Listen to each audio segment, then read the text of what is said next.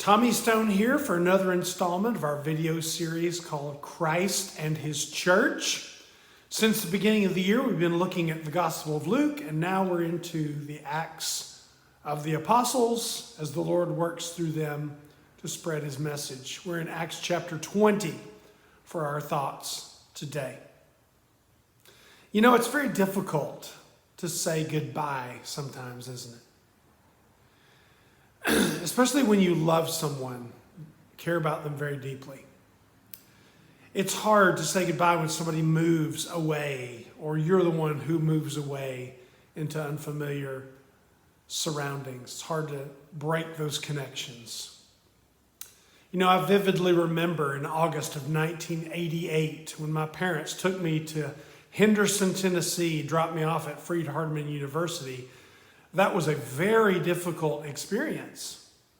I was excited about going off to college, but it's sobering to say goodbye to something that you're very familiar with and comfortable with, to have that new experience. My parents had a difficult time going home, as I heard about that later. I understand a little bit more about that now because I took my son Charlie 3.5 years ago to the same place and dropped him off at university. We had a very different experience from that side of things as we attempted to hold our emotions in check, saying goodbye to somebody that we loved so dearly. Now, we've seen him since then. He's come home for weekends and we see him in the summers, but it's just not the same, is it? It's hard to say goodbye. We certainly experience that when we see someone that we love exit this life. Someone that we care about leave this existence for the next one. Many times that's a very difficult experience to go through, grief, losing someone that we love. Well, now we see a little bit of both of those experiences here in Acts chapter 20. The bookends of this chapter is Paul's going to say goodbye to folks in Ephesus as he travels on in his third missionary journey. And then at the end of the chapter, he's going to say goodbye to some of those same Ephesians who've met him at the city of Miletus when Paul is going off to he doesn't really know what and may never see these folks again. And then in the middle of that description, we have this strange story of Eutychus, who's gathered with the church in the city of Troas. After a long day of work, the church meets together that evening to break bread together, to have the Lord's Supper, and to also to hear a mission report from Paul, who is there with them.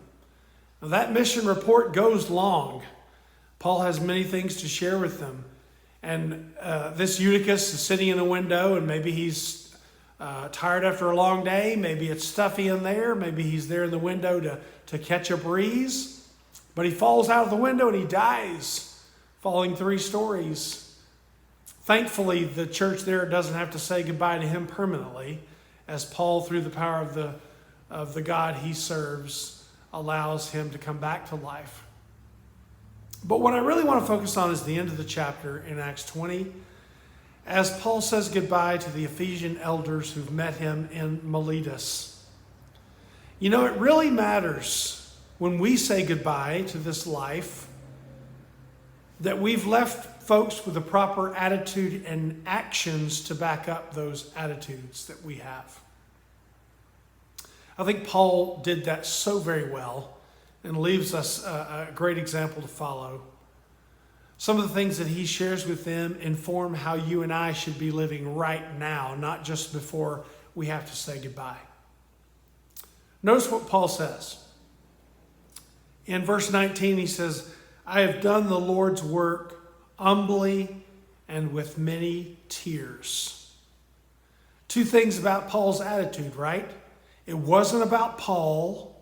It was about the Lord and his work. He always wanted to let Jesus shine and not himself. And the tears come from his really caring about the people that he met. the people that he met and were faithful and he just didn't get to see very often, and the people that he met who became unfaithful, and so he grieved over them leaving the faith. Paul really cared. This wasn't just an assignment to him, this third missionary journey that he was on. He deeply cared about people.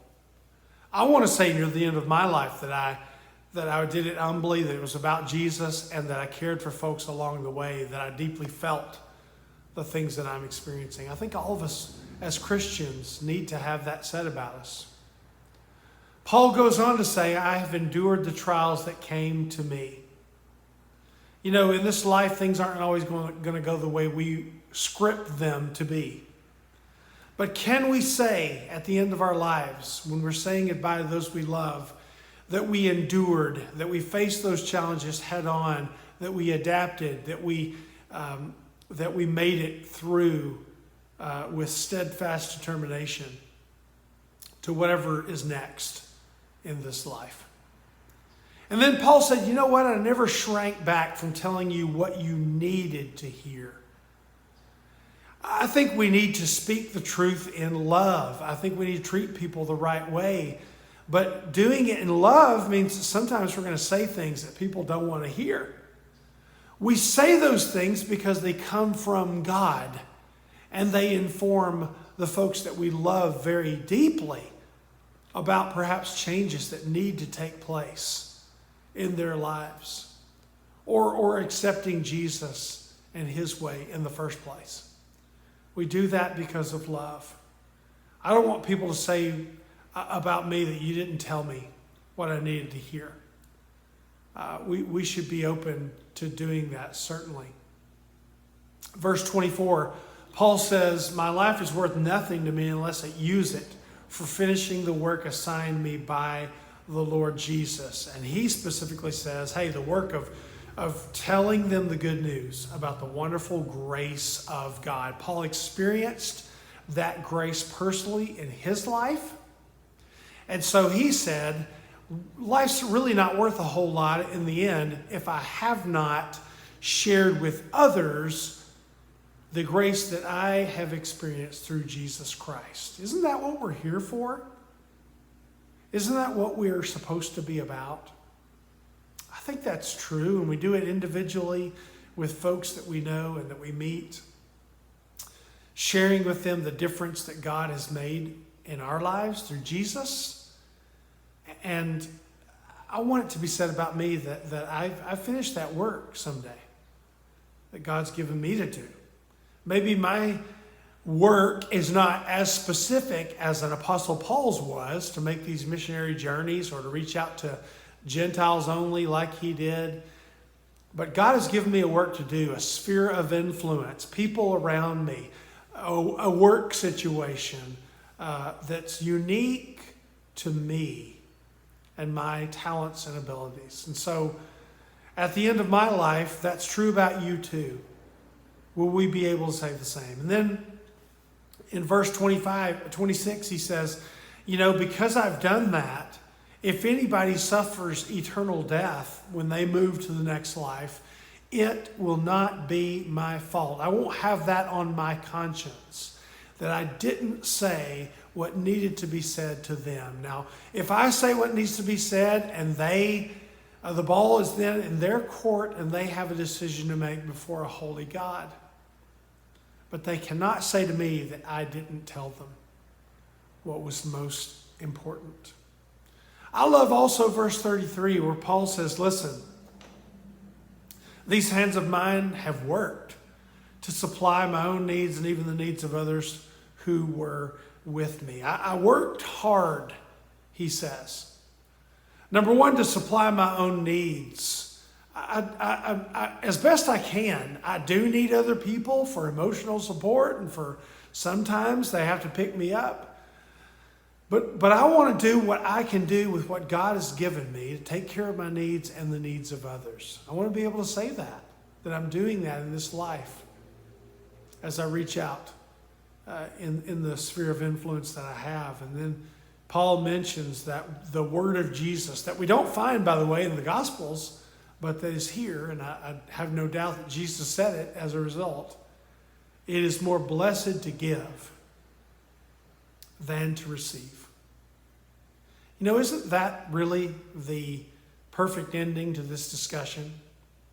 It's more blessed to give than to receive. When I leave this life, when I say goodbye to the people who are important to me, will I be able to tell them for sure I've learned that it is more blessed to give than to receive? I'm not going to learn that if I wait till I say goodbye to give them money, or to give them advice, or to give them the most important news that they'll ever hear. So I need to be doing that now. I need to be investing in people that I love, people that I meet, people that I encounter with those kind of things. Let me encourage you today, Christian, throughout your journey of life. The things that you're doing right now are going to inform the way that you say goodbye in this life. Whether you have time near the end of your life to gather everybody and to say everything you want to say, or whether you are whisked away unexpectedly from this life, can you say